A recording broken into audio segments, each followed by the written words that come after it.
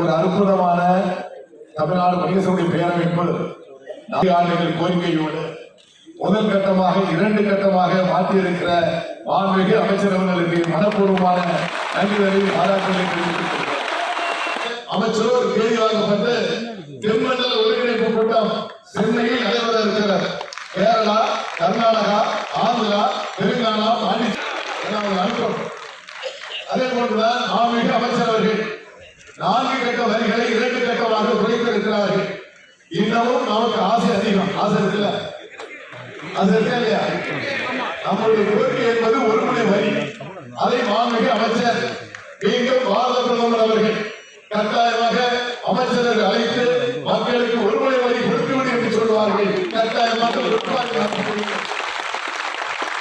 அதே போன்றுதான் பாரத பிரதமர் அவர்களை நாங்கள் உணவு பாதுகாப்பு தரநிலை சட்டம் 2011 அமல்படுத்திய பொழுது அந்த சட்டத்தை கடுமையான சட்ட விதிகளை எதிர்கொண்டு மாநிலம் முழுவதும் முதலமைச்சர்களை சந்தித்தோம். நாடு முழுவதும் வந்து மாண்புமிகு பிரதமர் அவர்களை குஜராத்திலே நேரடியாக அவர் இல்லத்துக்கு சென்று நாங்கள் அணுகிய பொழுது அன்று நாங்கள் கொடுத்த கோரிக்கைகளை அவர் பிரித்து பார்த்து, அதாவது நிறைய முதலமைச்சர்கள் கொடுத்திருக்கோம்.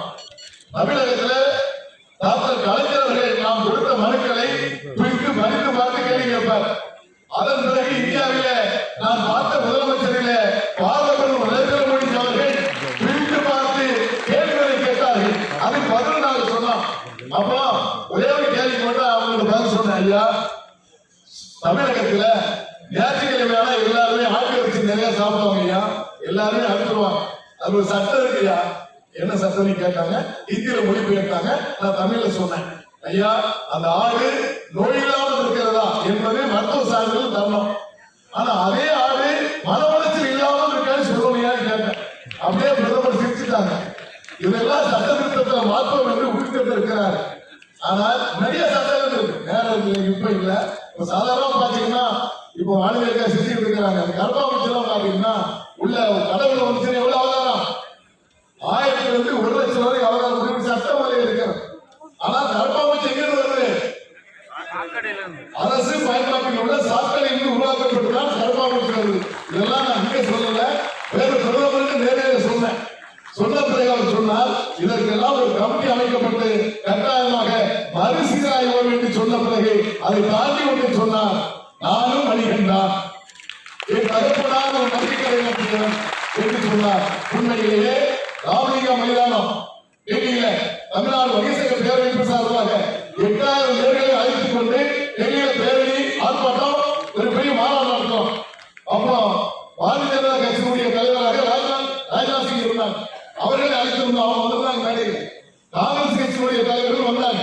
சர்வகட்சி தலைவர்கள் மேடையில் இருந்தாங்க.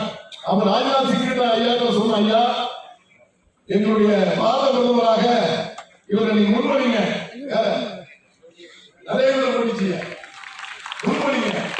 தமிழ்நாடு இல்ல, இந்தியா உணவு வியாபாரிகள் நாங்கள் ஒத்துழைப்போம்.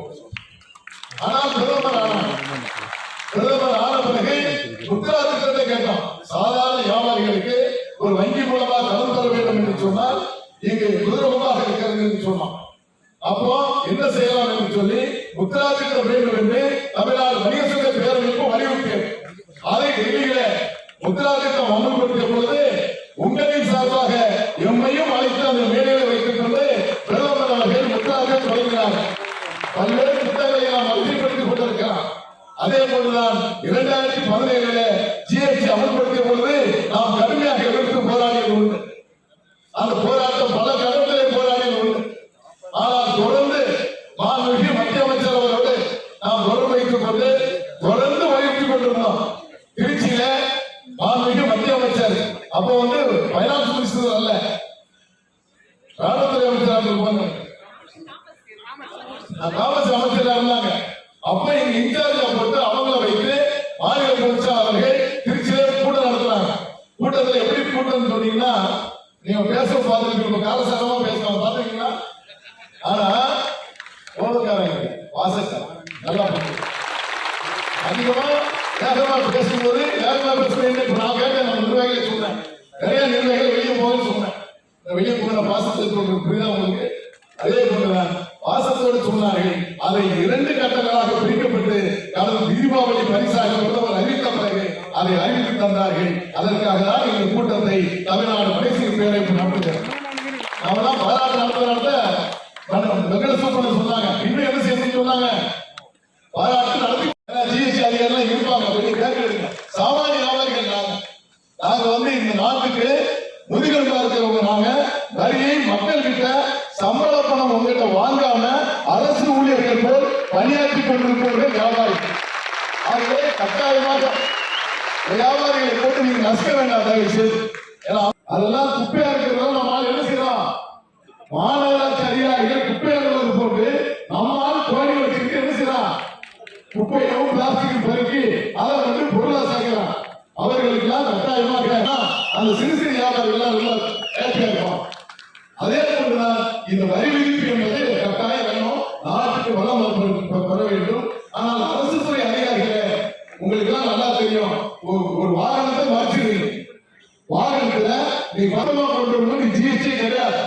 பேக்கிங் பண்ணா 5% ஜிஎஸ்டி, நூறு ஜிஎஸ்டி கிடையாது.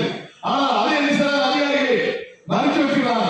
அவங்களை பொறுத்தவரைக்கும் பாக்கெட் போட்டு 5% ஜிஎஸ்டி, மொத்தமா வரி இருக்கா இல்லையா என்று அவர்களுக்கே தெரிகிறது. ஆனால் அது வண்டி காலையிலிருந்து அடுத்த நாள் வரை அவங்க ஜிஎஸ்டி ஆபீஸ்ல பிடிச்சு கொண்டு வருகிறாங்க. ஆனா வண்டி வாடகை கூலியாளர்கள் கூலி அது மறுபடியும் லாபம் என்னாகும்? நம்ம கைக்கு வராது. ஆகவே சட்ட பரிமாற்றம் என்பது நிறைய விதிகள் இருக்கிறது. கோரிக்கை மூலமாக உங்கள் சார்பாக 33 சட்டங்களை மாற்றம் செய்யப்பட வேண்டும் என்பதை உங்கள் கலங்கரையோடு அமைச்சரை தந்துள்ளோம். நிறைய பேசலாம். எங்க ஆசிரியர்கள் கூட சொல்லிட்டு இருக்காங்க, எல்லாம் பேசுறேன்னு சொல்லிட்டு இருக்காங்க. இன்னைக்கு பாருங்க, சாதாரணமா இந்த கூட்டத்துக்கு வாங்கன்னு சொன்னோம். வெளியே 3000 சேர் போட்டு ஏன்னா மாண்புமிகு அமைச்சர் அவர்களை இந்த பக்கம் அழைச்சிருவாங்க. நாங்கெல்லாம் பார்க்க வெளியே நிற்கிறாங்க. ஆனால் பொதுச்செயலாளர் அவர்கள் நேரமாக கொண்டிருக்காங்க. வெளியே 3000 சேர் போட்டிருக்கு. அதை தாண்டி 2000 பேர் நின்றுட்டு இருக்காங்க. 5000 பேர் வெளியே நின்றுட்டு இருக்காங்க. அவர்களை எல்லாம் நான் இரு கரம் குப்பி கேட்டுக்கொள்கிறேன். உங்களை அழைத்ததற்கு பேரமைப்பு அதை ஏற்று நம்பி வந்தீங்க. உங்களை எல்லாம் வெளியில் அமர வச்சிருக்கிறேன் என்று சொல்லி ஒருவர் கூட வருத்தப்படுறாங்க. எங்களுடைய மனதெல்லாம் நான் உங்களோடு தான் நின்று கொண்டிருக்கிறேன். ஆகவே தயவு கூர்ந்து இருக்க இடமில்லை என்று யாரும் எண்ணி ஒரு கரம் கூட வருத்தப்பட்டு விடக்கூடாது. உங்களை கரம் குப்பி கேட்டுக்கொள்கிறேன். இதுதான் பேரமைப்பு நம்முடைய சக்திவான அமைப்பை தெரிவித்துக் கொண்டிருக்கிறோம். ஆகவே நம்முடைய கேள்வி மாண்புமிகு பாரத பிரதமர் அவர்கள் வணிக நல வாரியம் என்று வெளியே அறிவித்தார்கள். அமைச்சர் சொன்னோம், அது அறிவிக்கிறதுல இருக்கிறது. மாண்புமிகு வர்த்தகத்துறை அமைச்சர் அவர்களை அழுத்தம் கொடுத்து அதையும் நடைமுறைப்படுத்த வேண்டும். அதில் எங்களுக்கு விழிப்புணர்வு வேண்டும் என்பதை தெரிவித்திருக்கிறோம். அதே போன்று தென்மண்டலத்தில் நீ பாத்தீங்கன்னா பாராளுமன்றத்தில் நிறைய பிரச்சனை. உணவு பாதுகாப்புத்துறை சட்டம், ஜிஎஸ்டி சட்டம், இதையெல்லாம் பேசுவதற்கு ஒரு அங்கீகாரமான முயற்சிகள் வேண்டும். அதாவது தமிழ்நாட்டுக்கு தென்மண்டலத்தை சார்ந்த யாருக்காவது ஒரு ஆளுக்கு ஒரு அங்கீகாரம் கொடுத்து மத்திய அரசு எங்களுக்கு கட்டாயமாக ஒரு வாதிடுவதற்கு பேசுவதற்கு ஒரு வாய்ப்பை தர வேண்டும் என்பதை அமைச்சர் அவர்கள் கட்டாயமாக ஒரு அழுத்தம் தரப்பட வேண்டும். ஆனால் நாங்கெல்லாம் ஒரு சாமானிய மக்கள். இங்க இருக்கிற வியாபாரிகள் பாத்தீங்கன்னா சாலையோரமாக வியாபாரம் செய்து இன்று பெரிய கார்பரேட் இணையாக வளர்ச்சி பெற்றுக் கொண்டிருக்கிறோம். அதே போன்று இதே ஒரு செய்தி சொல்லி இதே ஒரே ஒரு செய்தி, அதாவது கார்பரேட் கம்பெனிகள் இன்று தீபாவளியில வரி குறைப்பினால் வியாபாரம் அதிகரித்து அது மாற்றமில்லை. ஆனால் 30% வியாபாரம் யாருக்கு போச்சு? ஆன்லைன் வர்த்தகத்துக்கு போய் கொண்டிருக்கிறது. அதே போன்று கார்பரேட் கம்பெனிகள் அமைச்சர்கிட்ட நேரடியாக பல முறை சொல்லியிருக்கிறோம். கார்பரேட் கம்பெனிகள் எங்களை கடுமையாக நெருக்கடி செய்து கொண்டிருக்கிறது.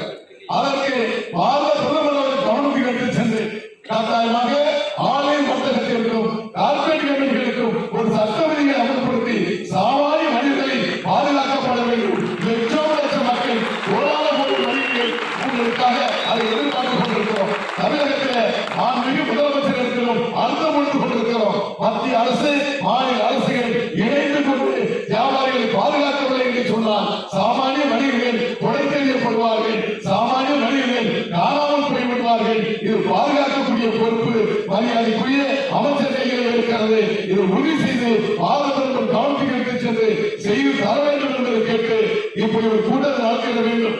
இதற்கு தேதி ஒதுக்கிட வேண்டும் என்று சொன்னவுடன் பாசத்தோடு இலக்கத்தோடு நான் வருகிறேன் என்று சொல்லி நேற்று இரவு ஒரு சம்பவம் அவங்களுக்குலாம் தெரியும். டெல்லியில செங்கோட்டை அருகிலே ஒரு விரும்பத்தகாத ஒரு நிகழ்வு நடந்தது. எல்லா தமிழ்நாடுகளுக்கு 100 பேர் இருக்கும். இப்படி சம்பவம் நடந்ததுக்கு அமைச்சர் வந்துருவாங்கன்னு சொன்னாங்க. நான் அமைச்சரை இரவிலே வரவேற்று அதை வாட்ஸ்அப் மூலமாக நாம் வியாபாரிகள் தெரிவித்தோம். அதுக்கப்புறம் தான் ஓரளவு எல்லாருமே அமைச்சர் வந்துருவாங்க என்று நம்பிக்கை ஏற்பட்டது. இது கூட ஏதாவது சொல்லுவாங்க, ஆனால் சொல்லவில்லை. வியாபாரிகள் நமக்காக இவ்வளவு நிகழ்ச்சி ஏற்படுத்தியிருக்கிறார்கள், ஆக கண்டிப்பாக கலந்து கொள்ள வேண்டும் என்பதற்காக கலந்து கொண்டு இன்னமும் எங்களோடு அமைதி காத்துக் கொண்டிருக்கின்ற மாண்புமிகு அமைச்சர் அவர்களே, எதிர்பார்த்தே கொண்டிருக்கிறோம். பல்வேறு நல்ல செய்திகளை நீங்கள் தந்து கொண்டிருக்கிறீர்கள். நாங்கள் உங்களை பாராட்டி கொண்டிருக்கிறோம் என்பதை சொல்லி இந்த நிறைவான கூட்டத்திற்கு வருகிறது சிறப்பித்த உங்களை வாயார வாழ்த்தி நன்றி அடைகிறேன். நன்றி.